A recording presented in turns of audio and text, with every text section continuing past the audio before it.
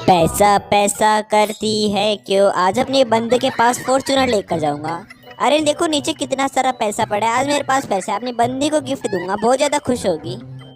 अरे भगवान, इतना पैसा मुझे देखा नहीं गया।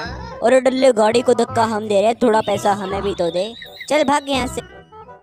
अभी मेरी गाड़ी भी ठीक हो गई है। अरे बंद क्यों नहीं हो रहा ये, देखता हूँ। अबे डल्ले, तूने मेरे को गाड़ी के नीचे दबा रखा है। आप फटाफट वीडियो को लाइक करो।